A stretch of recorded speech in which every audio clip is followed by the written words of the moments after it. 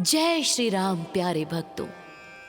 हम आशा करते हैं कि भगवान श्री राम और माता जानकी के आशीर्वाद से, उनकी कृपा से आप सभी स्वस्थ और दुरुस्त होंगे। प्यारे भक्तों, राम जी के जीवन में कितना संघर्ष देखने को मिलता है। नई नई शादी के बाद आखिर कौन ऐसा भाग्य का कमजोर होगा जिसे 14 वर्ष का वनवास मिल गया हो। अपनी नई विवाहिता पत्नी और अपने प्राण से भी प्यारे भाई लक्ष्मण के साथ श्री रामचंद्र जी के वनवास का सफर शुरू होता है भक्तों। और इस सफर में अत्यंत ही प्रेरक भावपूर्ण प्रसंग आता है, केवट प्रसंग। प्यारे भक्तों, केवट प्रसंग रामचरितमानस के सबसे भावुक और भक्ति से भरे प्रसंगों में से एक है। ये उस समय का वर्णन है जब श्री राम, माता सीता और लक्ष्मण जी के साथ वनवास के लिए निकले थे और उन्हें गंगा नदी पार करनी थी। अयोध्या की सीमा छोड़ने के बाद श्री राम श्रृंगवेरपुर पहुंचे। वहां निषाद राज गुह ने उनकी बहुत सेवा की, बहुत आवभगत की। अगले दिन सुबह गंगा पार करने की बारी आई। श्री राम ने एक नाव की मांग की। तब केवट ने अपनी नाव लेकर उनके सामने उपस्थित हुए, लेकिन उनसे एक बड़ी विचित्र शर्त रख दी। केवट ने नाव लाने से मना कर दिया और कहा कि उसने सुना है कि श्री राम के चरणों की धूलि में कोई जादू है। उसने कहा, भगवन, आपके चरणों की धूल ने पत्थर की शिला को स्त्री बना दिया। जी हां, वही अहिल्या का प्रसंग। वे बोलते हैं, मेरी नाव तो लकड़ी की है प्रभु, अगर ये भी स्त्री बन गई तो मैं क्या करूंगा? मेरी रोजी रोटी का यही एकमात्र सहारा है और मैं दूसरा विवाह करने के लिए भी सामर्थ्य नहीं रखता। केवट ने शर्त रखी कि वह राम जी को नाव पार तभी चढ़ाएगा जब वह उनके चरण पखारेगा, ताकि सारी धूली निकल जाए। भगवान राम भक्त के वश में है भक्तों।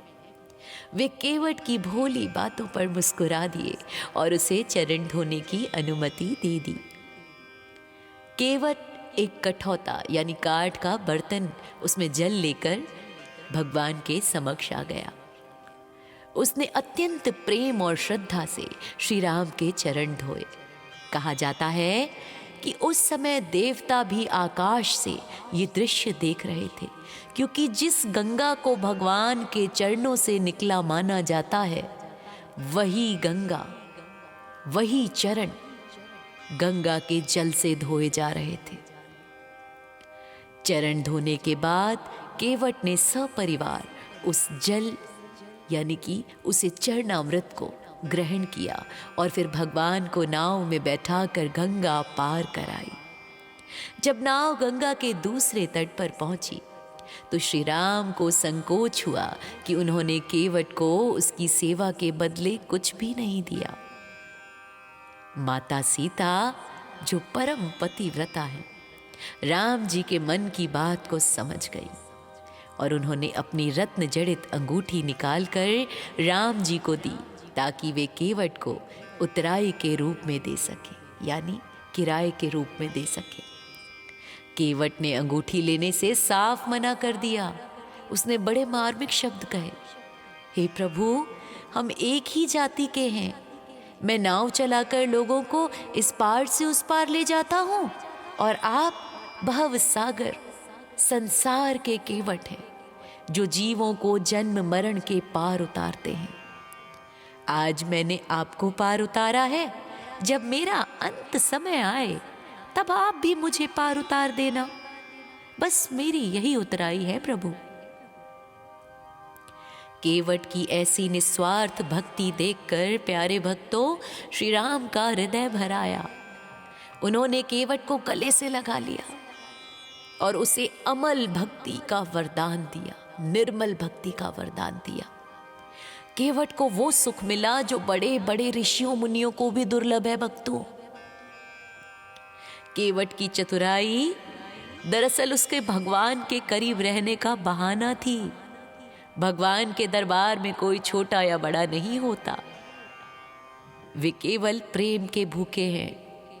केवट ने भौतिक धन यानी अंगूठी को कुछ भी नहीं माना और उसके बदले मोक्ष और भक्ति को चुना। इसके बाद चित्रकूट का वास भगवान श्री राम के 14 वर्ष के वनवास का सबसे शांत और सुखद समय माना जाता है। प्यारे भक्तों, ये प्रकृति और आध्यात्म का अद्भुत संगम था। रामचरितमानस के अनुसार जब श्री राम वाल्मीकि ऋषि के आश्रम पहुंचे तो ऋषि ने उन्हें चित्रकूट में रहने की सलाह दी, क्योंकि वह स्थान तपस्वियों के लिए अनुकूल और अत्यंत प्रिय था। चित्रकूट में कामदगिरी पर्वत के निकट मंदाकिनी नदी के तट पर श्री राम ने अपना निवास स्थान चुना। लक्ष्मण जी ने अपने हाथों से लकड़ियों, घास फूस और पत्तों की एक सुंदर और मजबूत पर्णकुटी बनाई। पर्णकुटी किसे कहते हैं? जो पत्तों की कुटिया होती है। जी हाँ, नेचर के एकदम करीब। इस कुटिया में 2 भाग थे, एक श्री राम और माता सीता के विश्राम के लिए और दूसरा लक्ष्मण जी के लिए। ये कुटिया ऊंचे पहाड़ों और घने वनों से घिरी थी, जहां मोर नाचते थे और हिरण निर्भय होकर चलते थे। चित्रकूट भी राम जी ने एक राजकुमार की तरह नहीं, बल्कि एक तपस्वी की तरह जीवन व्यतीत किया। राम जी अक्सर पास के आश्रमों में जाते थे। उन्होंने महर्षि अत्रि और माता अनुसुईया से वहां जाके भेंट की। माता अनुसुईया ने सीता जी को पतिव्रत धर्म का उपदेश दिया और उन्हें दिव्य वस्त्र व आभूषण भेंट किए, जो कभी पुराने या गंदे नहीं होते थे। राम जी अक्सर माता सीता को पर्वत की चोटियों और मंदाकिनी की धारा दिखाते। वे स्वयं अपने हाथों से सीता जी के लिए कंद मूल और फल इकट्ठा करते। एक बार शिला पर बैठे हुए श्री राम जी ने सीता जी के चरणों में महावर लगाया और उनके केशों को फूलों से सजाया। उस स्थान को आज भी स्फटिक शिला कहा जाता है। अगर आपसे भी संभव हो तो वहां जाकर जरूर दर्शन कीजिए। भले ही ये शांति का समय था भक्तों, लेकिन राम जी आसपास के क्षेत्रों में रहने वाले राक्षसों से ऋषियों की रक्षा भी करते थे, क्योंकि उन्होंने अवतार ही इसलिए लिया था कि वे दुष्टों का संहार कर सके। इसी स्थान पर इंद्र के पुत्र जयंत ने कौवे का रूप धारकर माता सीता के पैर में एक बार चोंच मार दी। तब श्री राम ने एक तिनके को ब्रह्मास्त्र बनाकर छोड़ दिया, जिससे बचने के लिए जयंत को तीनों लोकों में शरण नहीं मिली और अंत में राम जी की ही शरण में आना पड़ा। फिर प्रभु ने उसकी एक आंख फोड़कर उसे क्षमादान दे दिया, प्राण नहीं लिए। चित्रकूट की सबसे बड़ी घटना भरत मिलाप है भक्तों। जब भरत जी पूरी अयोध्या और माताओं के साथ राम जी को वापस ले जाने के लिए आए, तब राम जी ने उन्हें गले लगाकर धीरज बंधाया। यहीं पर श्री राम जी ने अपने पिता दशरथ के स्वर्गवास का समाचार सुना और मंदाकिनी में उनका तर्पण किया। प्यारे भक्तों, लगभग 11.5 वर्ष चित्रकूट में व्यतीत करने के बाद राम जी ने वहां से आगे बढ़ने का निर्णय लिया, क्योंकि इसके मुख्य 2 कारण थे। पहली, भीड़ भाड़। भरत जी के आने के बाद अयोध्या वासियों का आना जाना वहां बढ़ता ही गया, जिससे वहां की शांति और ऋषियों की तपस्या में बाधा आने लगी। और दूसरा, राक्षसों का संहार। राम जी को अपने अवतार का मुख्य उद्देश्य जो निभाना था, राक्षसों का अंत पूरा करने के लिए दक्षिण के घने वनों दंडकारण्य की ओर जो जाना था, मान्यता है कि कामदगिरी पर्वत की परिक्रमा करने से आज भी भक्त की सभी मनोकामनाएं पूर्ण होती हैं। तुलसीदास जी ने लिखा है, चित्रकूट के घाट पर भई संतन की भीड़, तुलसीदास चंदन घिसे तिलक देत रघुबीर। तो प्रेम से कहिए, सियावर रामचंद्र की जय।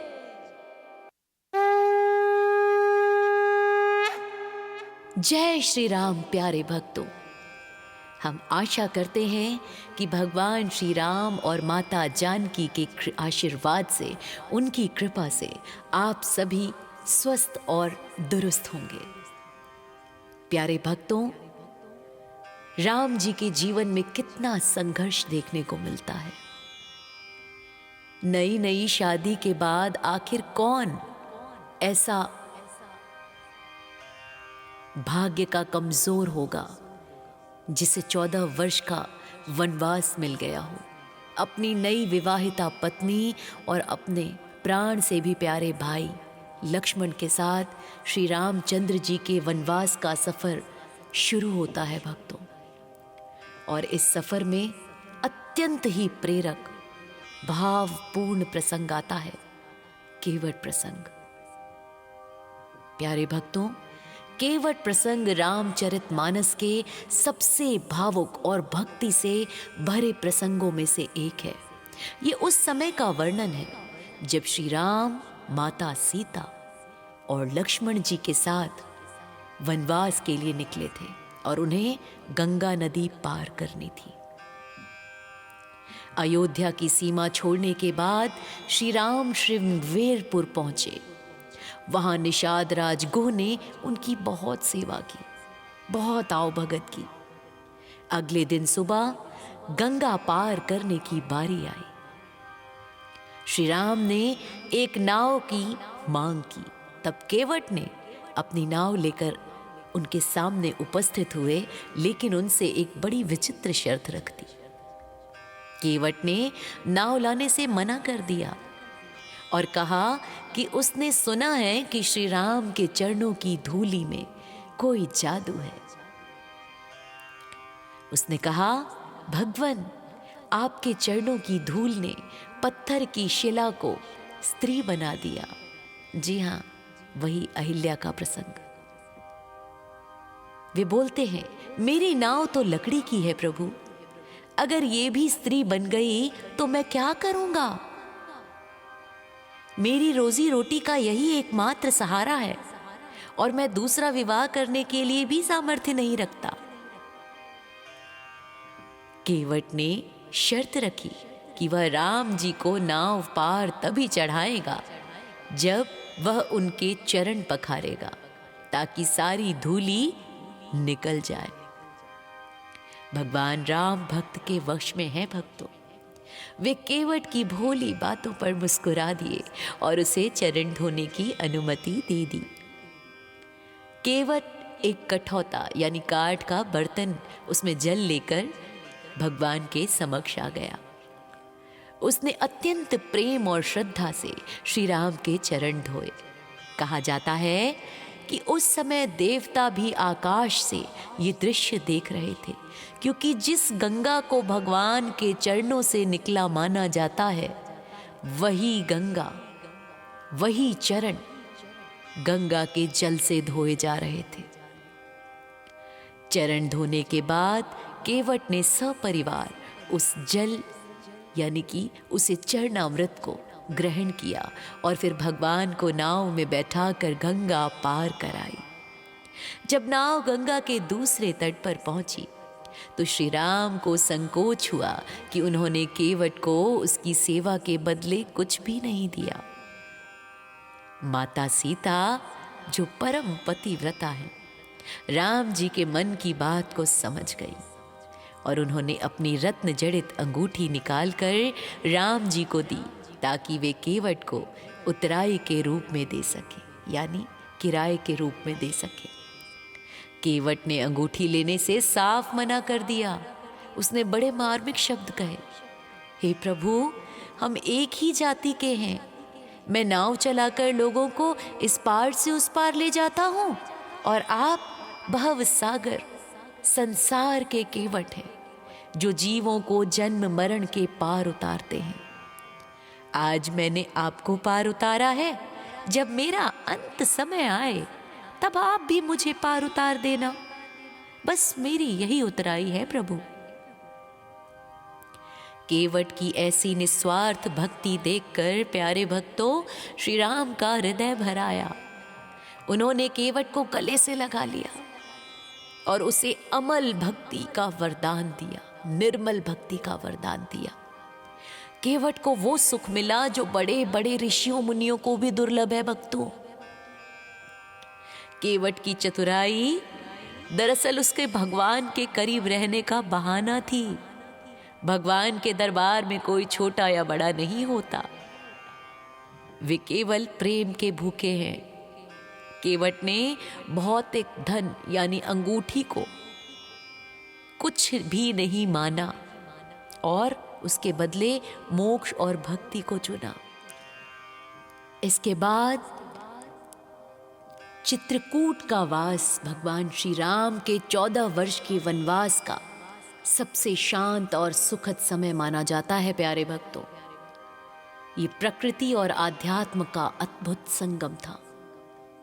रामचरितमानस के अनुसार जब श्री राम वाल्मीकि ऋषि के आश्रम पहुंचे तो ऋषि ने उन्हें चित्रकूट में रहने की सलाह दी, क्योंकि वह स्थान तपस्वियों के लिए अनुकूल और अत्यंत प्रिय था। चित्रकूट में कामदगिरि पर्वत के निकट मंदाकिनी नदी के तट पर श्री राम ने अपना निवास स्थान चुना। लक्ष्मण जी ने अपने हाथों से लकड़ियों, घास फूस और पत्तों की एक सुंदर और मजबूत पर्णकुटी बनाई। पर्णकुटी किसे कहते हैं? जो पत्तों की कुटिया होती है। जी हाँ, नेचर के एकदम करीब। इस कुटिया में 2 भाग थे, एक श्री राम और माता सीता के विश्राम के लिए और दूसरा लक्ष्मण जी के लिए। ये कुटिया ऊंचे पहाड़ों और घने वनों से घिरी थी, जहां मोर नाचते थे और हिरण निर्भय होकर चलते थे। चित्रकूट भी राम जी ने एक राजकुमार की तरह नहीं, बल्कि एक तपस्वी की तरह जीवन व्यतीत किया। राम जी अक्सर पास के आश्रमों में जाते थे। उन्होंने महर्षि अत्रि और माता अनुसुईया से वहां जाके भेंट की। माता अनुसुईया ने सीता जी को पतिव्रत धर्म का उपदेश दिया और उन्हें दिव्य वस्त्र व आभूषण भेंट किए जो कभी पुराने या गंदे नहीं होते थे। राम जी अक्सर माता सीता को पर्वत की चोटियों और मंदाकिनी की धारा दिखाते। वे स्वयं अपने हाथों से सीता जी के लिए कंद मूल और फल इकट्ठा करते। एक बार शिला पर बैठे हुए श्री राम जी ने सीता जी के चरणों में महावर लगाया और उनके केशों को फूलों से सजाया। उस स्थान को आज भी स्फटिक शिला कहा जाता है। अगर आपसे भी संभव हो तो वहां जाकर जरूर दर्शन कीजिए। भले ही ये शांति का समय था भक्तों, लेकिन राम जी आसपास के क्षेत्रों में रहने वाले राक्षसों से ऋषियों की रक्षा भी करते थे, क्योंकि उन्होंने अवतार ही इसलिए लिया था कि वे दुष्टों का संहार कर सके। इसी स्थान पर इंद्र के पुत्र जयंत ने कौवे का रूप धारकर माता सीता के पैर में एक बार चोंच मार दी। तब श्री राम ने एक तिनके को ब्रह्मास्त्र बनाकर छोड़ दिया, जिससे बचने के लिए जयंत को तीनों लोकों में शरण नहीं मिली और अंत में राम जी की ही शरण में आना पड़ा। फिर प्रभु ने उसकी एक आंख फोड़कर उसे क्षमा दान दे दिया, प्राण नहीं लिए। चित्रकूट की सबसे बड़ी घटना भरत मिलाप है भक्तों। जब भरत जी पूरी अयोध्या और माताओं के साथ राम जी को वापस ले जाने के लिए आए, तब राम जी ने उन्हें गले लगाकर धीरज बंधाया। यहीं पर श्री राम जी ने अपने पिता दशरथ के स्वर्गवास का समाचार सुना और मंदाकिनी में उनका तर्पण किया। प्यारे भक्तों, लगभग 11.5 वर्ष चित्रकूट में व्यतीत करने के बाद राम जी ने वहाँ से आगे बढ़ने का निर्णय लिया, क्योंकि इसके मुख्य दो कारण थे। पहली, भीड़ भाड़। भरत जी के आने के बाद अयोध्या वासियों का आना जाना वहां बढ़ता ही गया, जिससे वहां की शांति और ऋषियों की तपस्या में बाधा आने लगी। और दूसरा, राक्षसों का संहार। राम जी को अपने अवतार का मुख्य उद्देश्य जो निभाना था, राक्षसों का अंत पूरा करने के लिए दक्षिण के घने वनों दंडकारण्य की ओर जो जाना था। मान्यता है कि कामदगिरि पर्वत की परिक्रमा करने से आज भी भक्त की सभी मनोकामनाएं पूर्ण होती हैं। तुलसीदास जी ने लिखा है, चित्रकूट के घाट पर भई संतन की भीड़, तुलसीदास चंदन घिसे तिलक देत रघुबीर। तो प्रेम से कहिए, सियावर रामचंद्र की जय।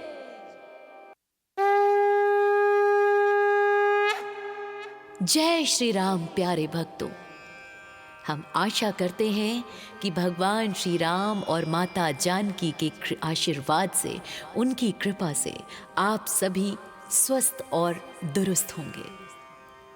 प्यारे भक्तों, राम जी के जीवन में कितना संघर्ष देखने को मिलता है। नई नई शादी के बाद आखिर कौन ऐसा भाग्य का कमजोर होगा जिसे 14 वर्ष का वनवास मिल गया हो, अपनी नई विवाहिता पत्नी और अपने प्राण से भी प्यारे भाई लक्ष्मण के साथ श्री रामचंद्र जी के वनवास का सफर शुरू होता है भक्तों। और इस सफर में अत्यंत ही प्रेरक भावपूर्ण प्रसंग आता है, केवट प्रसंग। प्यारे भक्तों, केवट प्रसंग रामचरितमानस के सबसे भावुक और भक्ति से भरे प्रसंगों में से एक है। ये उस समय का वर्णन है जब श्री राम, माता सीता और लक्ष्मण जी के साथ वनवास के लिए निकले थे और उन्हें गंगा नदी पार करनी थी। अयोध्या की सीमा छोड़ने के बाद श्री राम श्रृंगवेरपुर पहुंचे। वहां निषाद राज गुह ने उनकी बहुत सेवा की, बहुत आवभगत की। अगले दिन सुबह गंगा पार करने की बारी आई। श्री राम ने एक नाव की मांग की, तब केवट ने अपनी नाव लेकर उनके सामने उपस्थित हुए, लेकिन उनसे एक बड़ी विचित्र शर्त रख दी।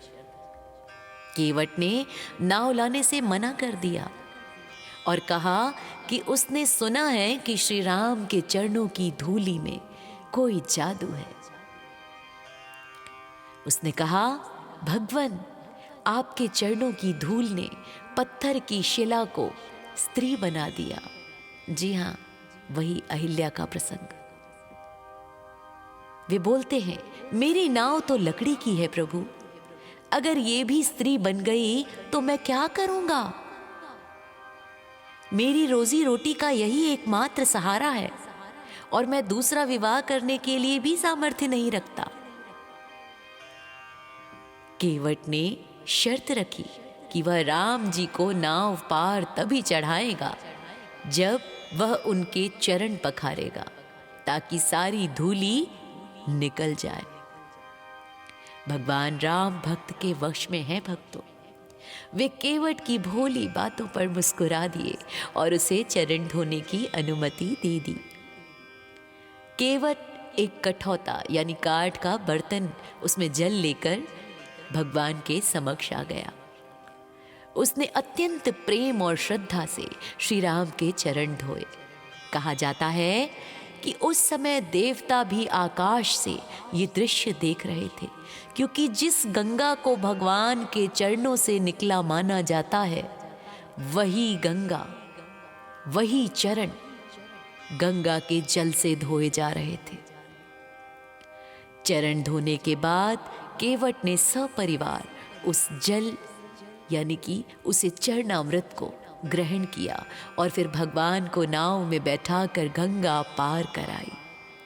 जब नाव गंगा के दूसरे तट पर पहुंची तो श्री राम को संकोच हुआ कि उन्होंने केवट को उसकी सेवा के बदले कुछ भी नहीं दिया।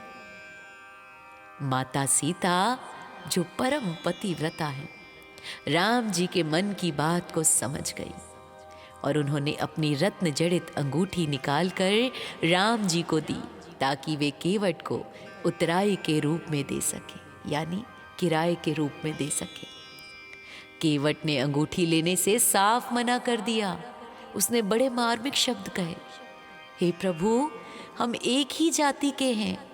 मैं नाव चलाकर लोगों को इस पार से उस पार ले जाता हूँ और आप भव सागर संसार के केवट हैं जो जीवों को जन्म मरण के पार उतारते हैं।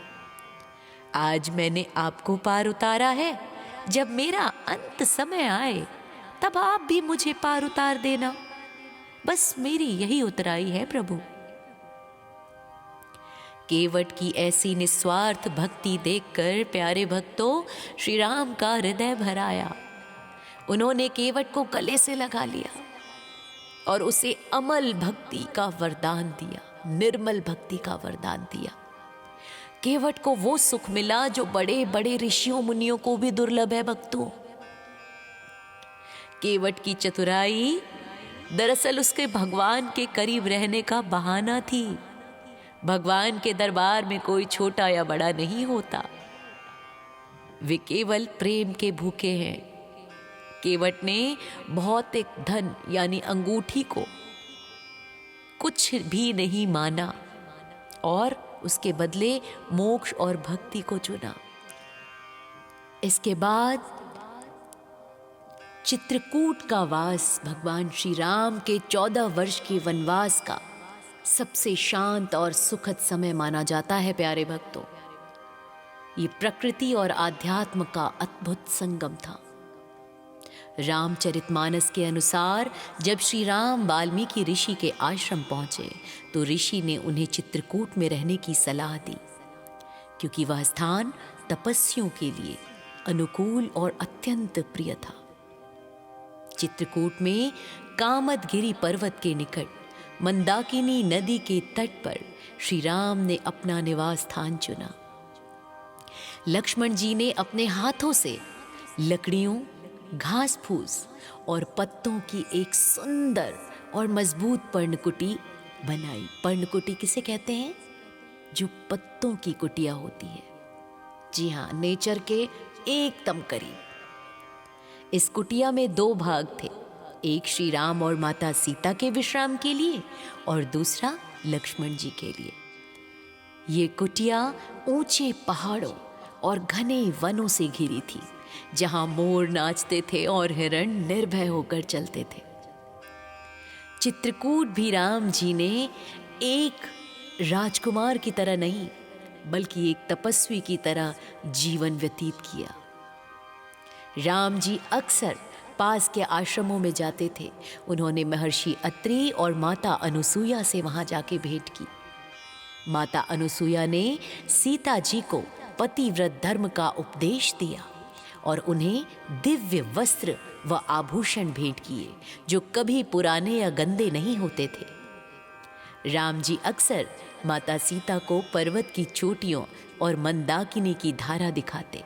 वे स्वयं अपने हाथों से सीता जी के लिए कंद मूल और फल इकट्ठा करते।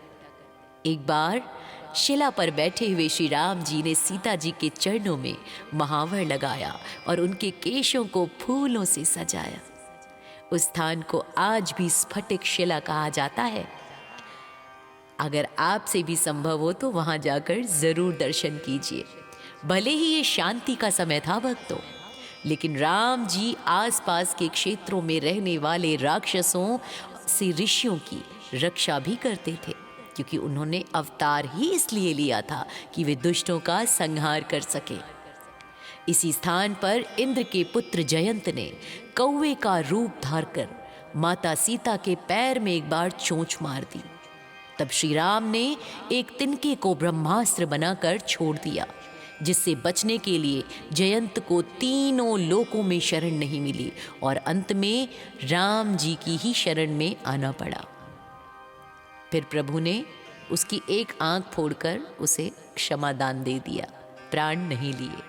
चित्रकूट की सबसे बड़ी घटना भरत मिलाप है भक्तों। जब भरत जी पूरी अयोध्या और माताओं के साथ राम जी को वापस ले जाने के लिए आए, तब राम जी ने उन्हें गले लगाकर धीरज बंधाया। यहीं पर श्री राम जी ने अपने पिता दशरथ के स्वर्गवास का समाचार सुना और मंदाकिनी में उनका तर्पण किया। प्यारे भक्तों, लगभग 11.5 वर्ष चित्रकूट में व्यतीत करने के बाद राम जी ने वहां से आगे बढ़ने का निर्णय लिया, क्योंकि इसके मुख्य 2 कारण थे। पहली, भीड़ भाड़। भरत जी के आने के बाद अयोध्या वासियों का आना जाना वहां बढ़ता ही गया, जिससे वहां की शांति और ऋषियों की तपस्या में बाधा आने लगी। और दूसरा, राक्षसों का संहार। राम जी को अपने अवतार का मुख्य उद्देश्य जो निभाना था, राक्षसों का अंत पूरा करने के लिए दक्षिण के घने वनों दंडकारण्य की ओर जो जाना था। मान्यता है कि कामदगिरि पर्वत की परिक्रमा करने से आज भी भक्त की सभी मनोकामनाएं पूर्ण होती हैं। तुलसीदास जी ने लिखा है, चित्रकूट के घाट पर भई संतन की भीड़, तुलसीदास चंदन घिसे तिलक देत रघुबीर। तो प्रेम से कहिए, सियावर रामचंद्र की जय।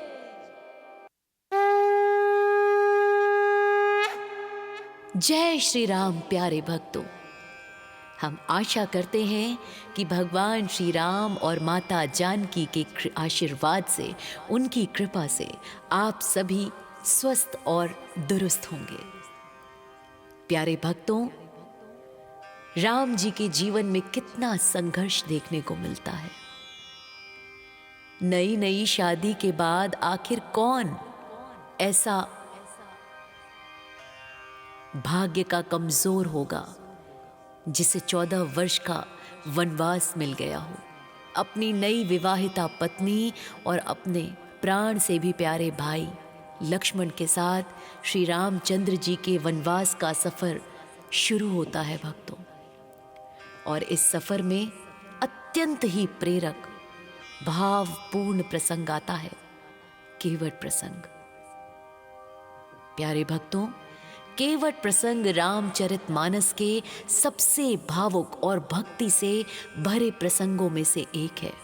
ये उस समय का वर्णन है जब श्री राम, माता सीता और लक्ष्मण जी के साथ वनवास के लिए निकले थे और उन्हें गंगा नदी पार करनी थी।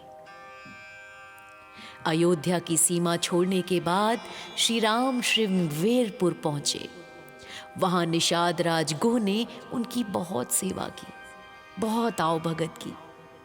अगले दिन सुबह गंगा पार करने की बारी आई।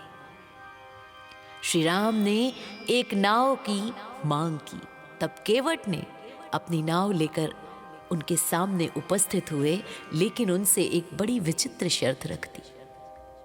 केवट ने नाव लाने से मना कर दिया और कहा कि उसने सुना है कि श्री राम के चरणों की धूलि में कोई जादू है। उसने कहा, भगवन, आपके चरणों की धूल ने पत्थर की शिला को स्त्री बना दिया। जी हां, वही अहिल्या का प्रसंग। वे बोलते हैं, मेरी नाव तो लकड़ी की है प्रभु, अगर ये भी स्त्री बन गई तो मैं क्या करूंगा? मेरी रोजी रोटी का यही एकमात्र सहारा है और मैं दूसरा विवाह करने के लिए भी सामर्थ्य नहीं रखता। केवट ने शर्त रखी कि वह राम जी को नाव पार तभी चढ़ाएगा जब वह उनके चरण पखारेगा, ताकि सारी धूली निकल जाए। भगवान राम भक्त के वश में है भक्तों। वे केवट की भोली बातों पर मुस्कुरा दिए और उसे चरण धोने की अनुमति दे दी। केवट एक कठौता यानी काठ का बर्तन, उसमें जल लेकर भगवान के समक्ष आ गया। उसने अत्यंत प्रेम और श्रद्धा से श्री राम के चरण धोए। कहा जाता है कि उस समय देवता भी आकाश से ये दृश्य देख रहे थे, क्योंकि जिस गंगा को भगवान के चरणों से निकला माना जाता है, वही गंगा, वही चरण गंगा के जल से धोए जा रहे थे। चरण धोने के बाद केवट ने सपरिवार उस जल यानी कि उसे चरणामृत को ग्रहण किया और फिर भगवान को नाव में बैठाकर गंगा पार कराई। जब नाव गंगा के दूसरे तट पर पहुंची तो श्री राम को संकोच हुआ कि उन्होंने केवट को उसकी सेवा के बदले कुछ भी नहीं दिया। माता सीता, जो परम पतिव्रता है, राम जी के मन की बात को समझ गई और उन्होंने अपनी रत्न जड़ित अंगूठी निकालकर राम जी को दी, ताकि वे केवट को उतराई के रूप में दे सके, यानी किराए के रूप में दे सके। केवट ने अंगूठी लेने से साफ मना कर दिया। उसने बड़े मार्मिक शब्द कहे, हे प्रभु, हम एक ही जाति के हैं। मैं नाव चलाकर लोगों को इस पार से उस पार ले जाता हूँ और आप भव सागर संसार के केवट हैं, जो जीवों को जन्म मरण के पार उतारते हैं। आज मैंने आपको पार उतारा है, जब मेरा अंत समय आए तब आप भी मुझे पार उतार देना। बस मेरी यही उतराई है प्रभु। केवट की ऐसी निस्वार्थ भक्ति देखकर प्यारे भक्तों, श्री राम का हृदय भर आया। उन्होंने केवट को गले से लगा लिया और उसे अमल भक्ति का वरदान दिया, निर्मल भक्ति का वरदान दिया। केवट को वो सुख मिला जो बड़े बड़े ऋषियों मुनियों को भी दुर्लभ है भक्तों। केवट की चतुराई दरअसल उसके भगवान के करीब रहने का बहाना थी। भगवान के दरबार में कोई छोटा या बड़ा नहीं होता, वे केवल प्रेम के भूखे हैं। केवट ने भौतिक धन यानी अंगूठी को कुछ भी नहीं माना और उसके बदले मोक्ष और भक्ति को चुना। इसके बाद चित्रकूट का वास भगवान श्री राम के 14 वर्ष के वनवास का सबसे शांत और सुखद समय माना जाता है प्यारे भक्तों। ये प्रकृति और आध्यात्म का अद्भुत संगम था। रामचरितमानस के अनुसार जब श्री राम वाल्मीकि ऋषि के आश्रम पहुंचे तो ऋषि ने उन्हें चित्रकूट में रहने की सलाह दी, क्योंकि वह स्थान तपस्वियों के लिए अनुकूल और अत्यंत प्रिय था। चित्रकूट में कामदगिरि पर्वत के निकट मंदाकिनी नदी के तट पर श्री राम ने अपना निवास स्थान चुना। लक्ष्मण जी ने अपने हाथों से लकड़ियों, घास फूस और पत्तों की एक सुंदर और मजबूत पर्णकुटी बनाई। पर्णकुटी किसे कहते हैं? जो पत्तों की कुटिया होती है। जी हाँ, नेचर के एकदम करीब। इस कुटिया में 2 भाग थे, एक श्री राम और माता सीता के विश्राम के लिए और दूसरा लक्ष्मण जी के लिए। ये कुटिया ऊंचे पहाड़ों और घने वनों से घिरी थी, जहां मोर नाचते थे और हिरण निर्भय होकर चलते थे। चित्रकूट भी राम जी ने एक राजकुमार की तरह नहीं, बल्कि एक तपस्वी की तरह जीवन व्यतीत किया। राम जी अक्सर पास के आश्रमों में जाते थे। उन्होंने महर्षि अत्रि और माता अनुसुईया से वहां जाके भेंट की।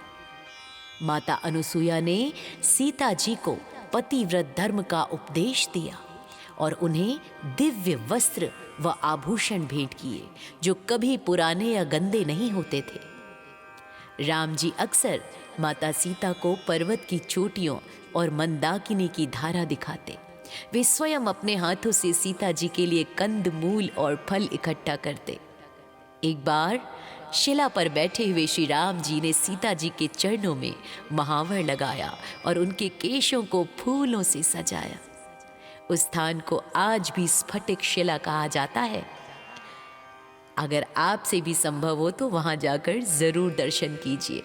भले ही ये शांति का समय था भक्तों, लेकिन राम जी आसपास के क्षेत्रों में रहने वाले राक्षसों से ऋषियों की रक्षा भी करते थे, क्योंकि उन्होंने अवतार ही इसलिए लिया था कि वे दुष्टों का संहार कर सके। इसी स्थान पर इंद्र के पुत्र जयंत ने कौवे का रूप धारकर माता सीता के पैर में एक बार चोंच मार दी।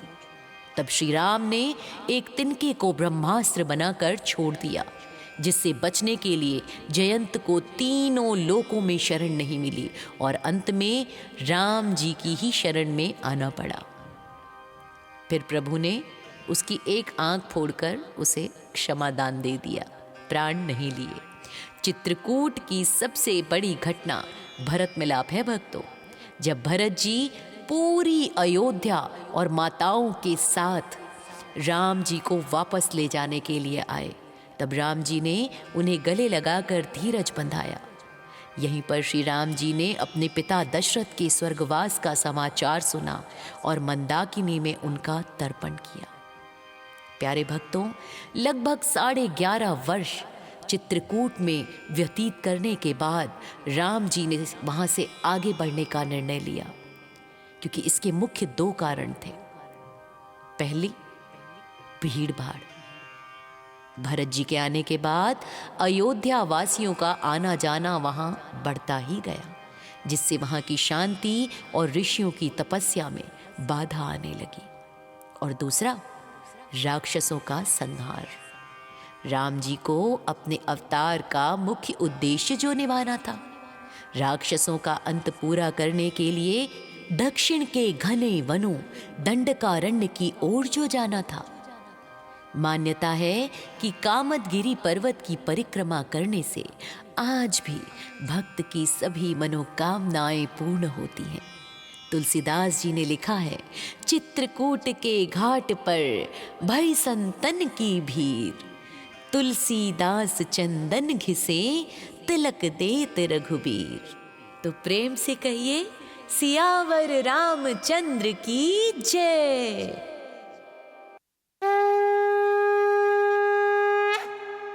जय श्री राम। प्यारे भक्तों, हम आशा करते हैं कि भगवान श्री राम और माता जानकी के आशीर्वाद से, उनकी कृपा से आप सभी स्वस्थ और दुरुस्त होंगे। प्यारे भक्तों, राम जी के जीवन में कितना संघर्ष देखने को मिलता है। नई नई शादी के बाद आखिर कौन ऐसा भाग्य का कमजोर होगा जिसे 14 वर्ष का वनवास मिल गया हो, अपनी नई विवाहिता पत्नी और अपने प्राण से भी प्यारे भाई लक्ष्मण के साथ श्री रामचंद्र जी के वनवास का सफर शुरू होता है भक्तों। और इस सफर में अत्यंत ही प्रेरक भावपूर्ण प्रसंग आता है, केवट प्रसंग। प्यारे भक्तों, केवट प्रसंग रामचरितमानस के सबसे भावुक और भक्ति से भरे प्रसंगों में से एक है। ये उस समय का वर्णन है जब श्री राम, माता सीता और लक्ष्मण जी के साथ वनवास के लिए निकले थे और उन्हें गंगा नदी पार करनी थी। अयोध्या की सीमा छोड़ने के बाद श्री राम श्रृंगवेरपुर पहुंचे। वहां निषाद राज गुह ने उनकी बहुत सेवा की, बहुत आवभगत की। अगले दिन सुबह गंगा पार करने की बारी आई। श्री राम ने एक नाव की मांग की।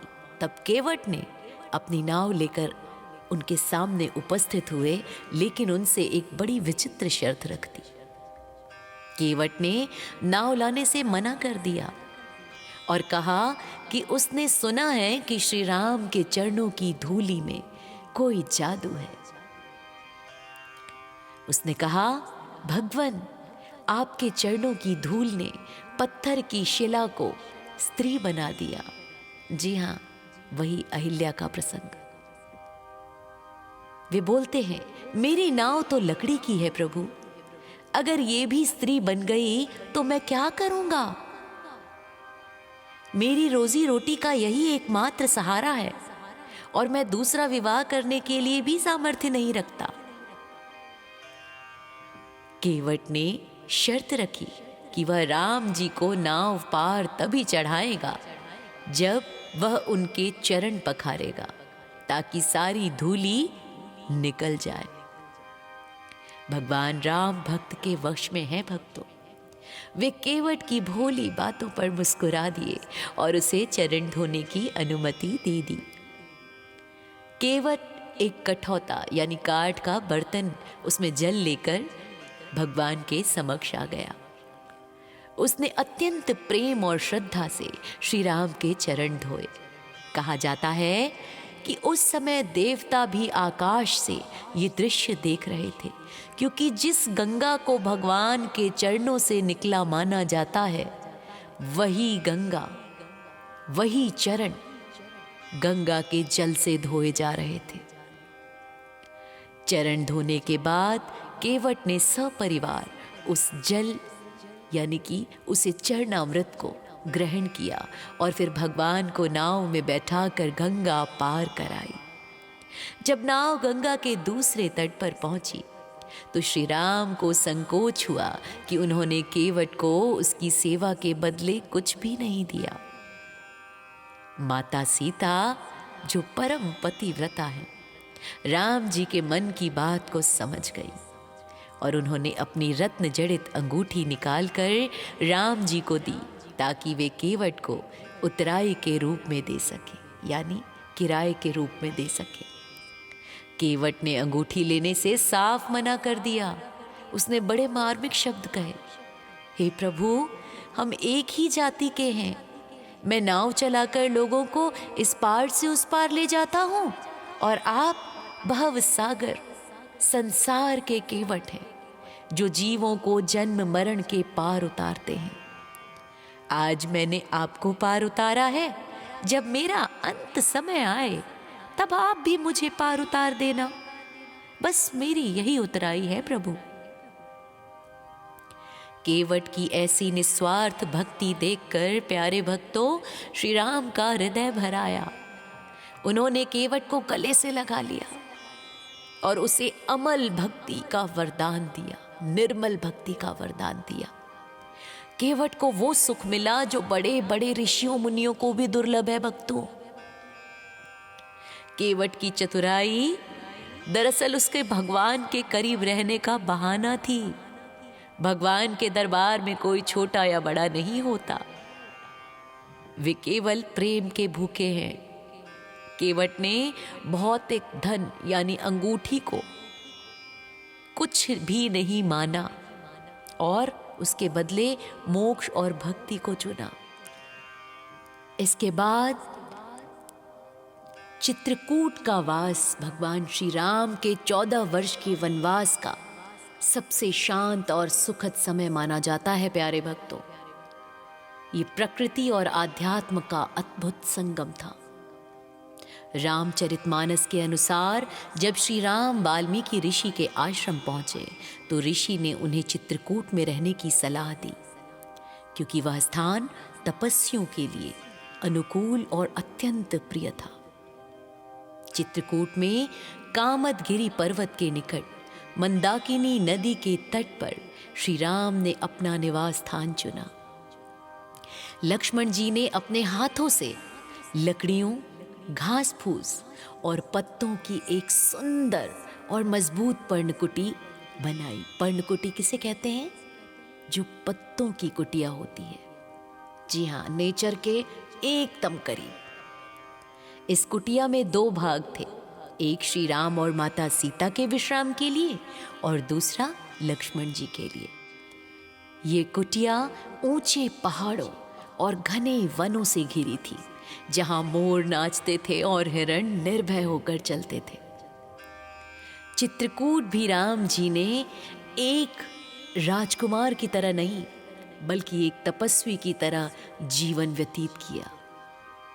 राम जी अक्सर पास के आश्रमों में जाते थे। उन्होंने महर्षि अत्रि और माता अनुसुईया से वहां जाके भेंट की।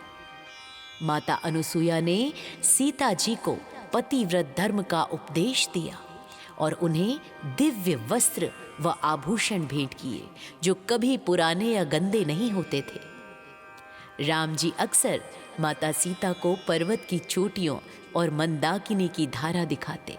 वे स्वयं अपने हाथों से सीता जी के लिए कंद मूल और फल इकट्ठा करते।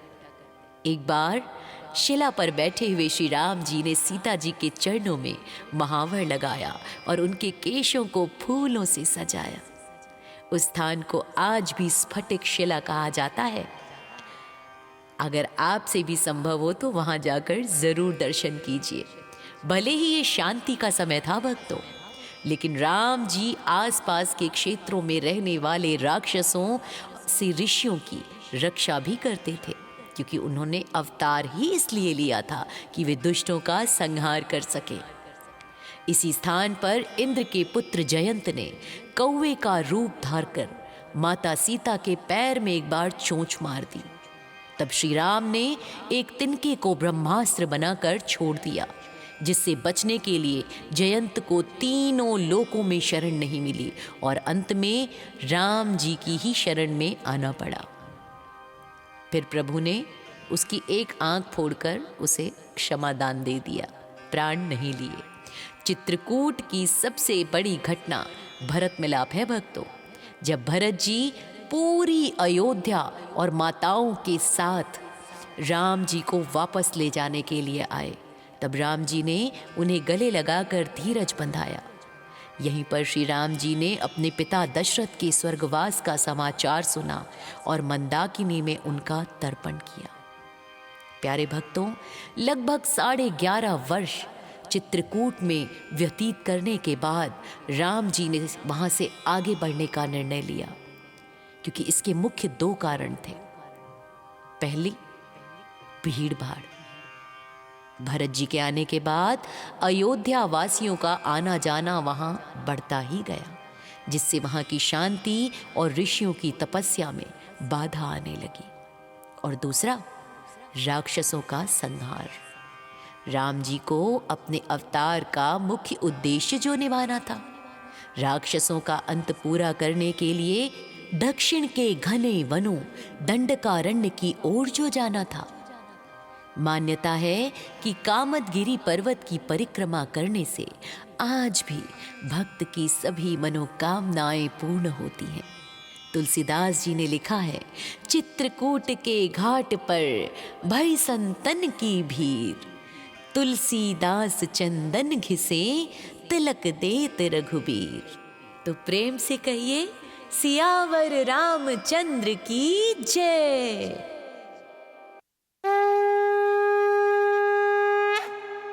जय श्री राम। प्यारे भक्तों, हम आशा करते हैं कि भगवान श्री राम और माता जानकी के आशीर्वाद से, उनकी कृपा से आप सभी स्वस्थ और दुरुस्त होंगे। प्यारे भक्तों, राम जी के जीवन में कितना संघर्ष देखने को मिलता है। नई नई शादी के बाद आखिर कौन ऐसा भाग्य का कमजोर होगा जिसे 14 वर्ष का वनवास मिल गया हो, अपनी नई विवाहिता पत्नी और अपने प्राण से भी प्यारे भाई लक्ष्मण के साथ श्री रामचंद्र जी के वनवास का सफर शुरू होता है भक्तों। और इस सफर में अत्यंत ही प्रेरक भावपूर्ण प्रसंग आता है, केवट प्रसंग। प्यारे भक्तों, केवट प्रसंग रामचरितमानस के सबसे भावुक और भक्ति से भरे प्रसंगों में से एक है। ये उस समय का वर्णन है जब श्री राम, माता सीता और लक्ष्मण जी के साथ वनवास के लिए निकले थे और उन्हें गंगा नदी पार करनी थी। अयोध्या की सीमा छोड़ने के बाद श्री राम श्रृंगवेरपुर पहुंचे। वहां निषाद राज गुह ने उनकी बहुत सेवा की, बहुत आवभगत की। अगले दिन सुबह गंगा पार करने की बारी आई। श्री राम ने एक नाव की मांग की। तब केवट ने अपनी नाव लेकर उनके सामने उपस्थित हुए, लेकिन उनसे एक बड़ी विचित्र शर्त रख दी। केवट ने नाव लाने से मना कर दिया और कहा कि उसने सुना है कि श्री राम के चरणों की धूलि में कोई जादू है। उसने कहा, भगवन, आपके चरणों की धूल ने पत्थर की शिला को स्त्री बना दिया। जी हां, वही अहिल्या का प्रसंग। वे बोलते हैं, मेरी नाव तो लकड़ी की है प्रभु, अगर ये भी स्त्री बन गई तो मैं क्या करूंगा? मेरी रोजी रोटी का यही एकमात्र सहारा है और मैं दूसरा विवाह करने के लिए भी सामर्थ्य नहीं रखता। केवट ने शर्त रखी कि वह राम जी को नाव पार तभी चढ़ाएगा जब वह उनके चरण पखारेगा, ताकि सारी धूली निकल जाए। भगवान राम भक्त के वश में हैं भक्तों। वे केवट की भोली बातों पर मुस्कुरा दिए और उसे चरण धोने की अनुमति दे दी। केवट एक कठौता यानी काठ का बर्तन, उसमें जल लेकर भगवान के समक्ष आ गया। उसने अत्यंत प्रेम और श्रद्धा से श्री राम के चरण धोए। कहा जाता है कि उस समय देवता भी आकाश से ये दृश्य देख रहे थे, क्योंकि जिस गंगा को भगवान के चरणों से निकला माना जाता है, वही गंगा, वही चरण गंगा के जल से धोए जा रहे थे। चरण धोने के बाद केवट ने सपरिवार उस जल यानी कि उसे चरणामृत को ग्रहण किया और फिर भगवान को नाव में बैठाकर गंगा पार कराई। जब नाव गंगा के दूसरे तट पर पहुंची तो श्री राम को संकोच हुआ कि उन्होंने केवट को उसकी सेवा के बदले कुछ भी नहीं दिया। माता सीता, जो परम पतिव्रता है, राम जी के मन की बात को समझ गई और उन्होंने अपनी रत्न जड़ित अंगूठी निकालकर राम जी को दी, ताकि वे केवट को उतराई के रूप में दे सके, यानी किराए के रूप में दे सके। केवट ने अंगूठी लेने से साफ मना कर दिया। उसने बड़े मार्मिक शब्द कहे, हे प्रभु, हम एक ही जाति के हैं। मैं नाव चलाकर लोगों को इस पार से उस पार ले जाता हूँ और आप भव सागर संसार के केवट हैं, जो जीवों को जन्म मरण के पार उतारते हैं। आज मैंने आपको पार उतारा है, जब मेरा अंत समय आए तब आप भी मुझे पार उतार देना। बस मेरी यही उतराई है प्रभु। केवट की ऐसी निस्वार्थ भक्ति देखकर प्यारे भक्तों, श्री राम का हृदय भर आया। उन्होंने केवट को गले से लगा लिया और उसे अमल भक्ति का वरदान दिया, निर्मल भक्ति का वरदान दिया। केवट को वो सुख मिला जो बड़े बड़े ऋषियों मुनियों को भी दुर्लभ है भक्तों। केवट की चतुराई दरअसल उसके भगवान के करीब रहने का बहाना थी। भगवान के दरबार में कोई छोटा या बड़ा नहीं होता, वे केवल प्रेम के भूखे हैं। केवट ने भौतिक धन यानी अंगूठी को कुछ भी नहीं माना और उसके बदले मोक्ष और भक्ति को चुना।